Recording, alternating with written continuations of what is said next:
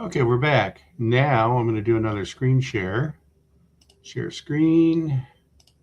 And here we go. And we're off to the races. I'll hide this little box down here. Yeah, we're going to go here. So the last thing that we've talked about is module number 5, lead generation.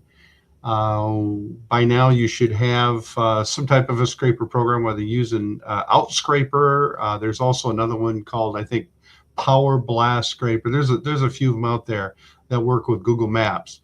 One of the things that we did not talk about that is very valuable information is in the Google Maps, when you get these leads, it has even, believe it or not, it even has the ratings and data from every business. In other words, um, let's say I'm a carpet cleaner in Kentwood, Michigan.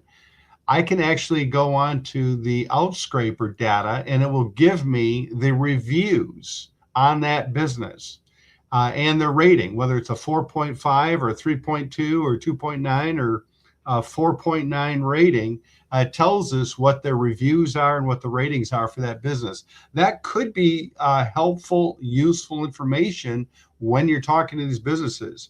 You could actually print those out. And so when you're talking to them, say, hey, by the way, Joe, did you know that your rating on Google Maps in Google right now, your Google rating is 4.7? I could kind of show you a little bit about how to get that up a little bit. So just some cool things that you can work with just as a recap. So next thing we're going to talk about is module number 6, email marketing. We've already touched on that a little bit in module number 4, getting set up with your CRM, those kinds of things. You should be able to do that. Email marketing, I think as we go forward, is going to be just a consistent way to, once you get established with your leads, right? And you've verified, okay, I've talked to this person, their phone works, their email works. You should update your CRM on a regular basis and move those CRM contacts to a sales status. You can highlight them so that they are now. You can change their tag to a sale. So you could do Kentwood sale, you could do a Wyoming, Michigan sale. So those are the things that you can do with your CRM. The next thing I'm going to talk about is ringless technology. I think that every business owner, every business has some kind of phone system. A lot of them now manage their business with their cell phone, meaning that we can send them a voice message right to their phone with a ringless, meaning they're not going to hear their phone and they're going to pick up. It's going to be a voice message that you record that's going to go right to their phone voice message database. It's going to be delivered, and then when they go to see their messages in their phone, they're going to listen to your voice message. And this is where we go right back to the telemarketing message, the voice message. We have a very short message that you can leave on their phone that will get them to call you back. But keep in mind, you definitely want a call to action. So what I'm going to do now is we're screen sharing, so I can go over here.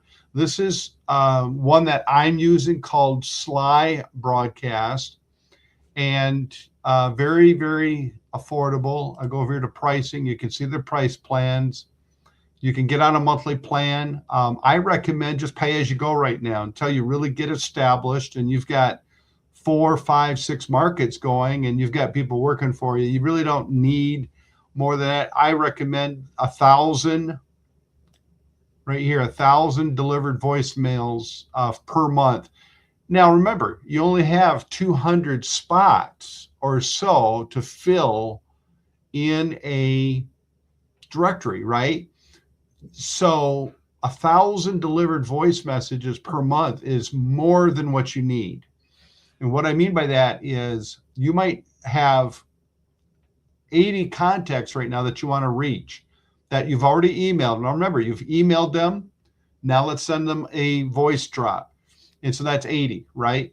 And then you do another category, and then you do another category. By the time you get done with a market and with all the prospects and all the categories, you really aren't going to spend much more than 1,000 delivered voice messages. And by the way, this system right here, you only pay for delivered voice messages, only delivered voice messages. That's what they charge you for.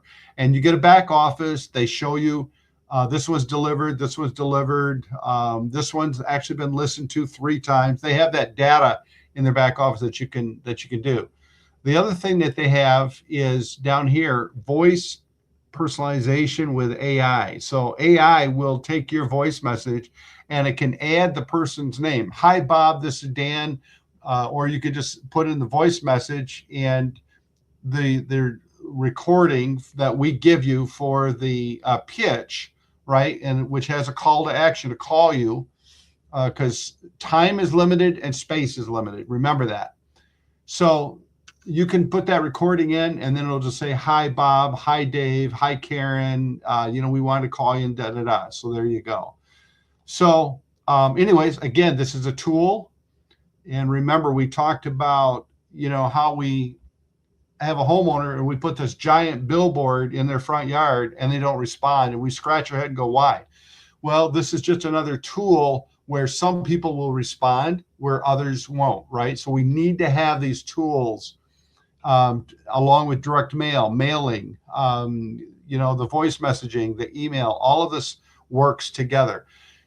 At the end of the day, when you hit these prospects with an email and a voice message, and then you're telemarketing, and then you're sending them stuff, and you're calling on person, they now know Home Source Directory is out there, right? And now they're going to respond.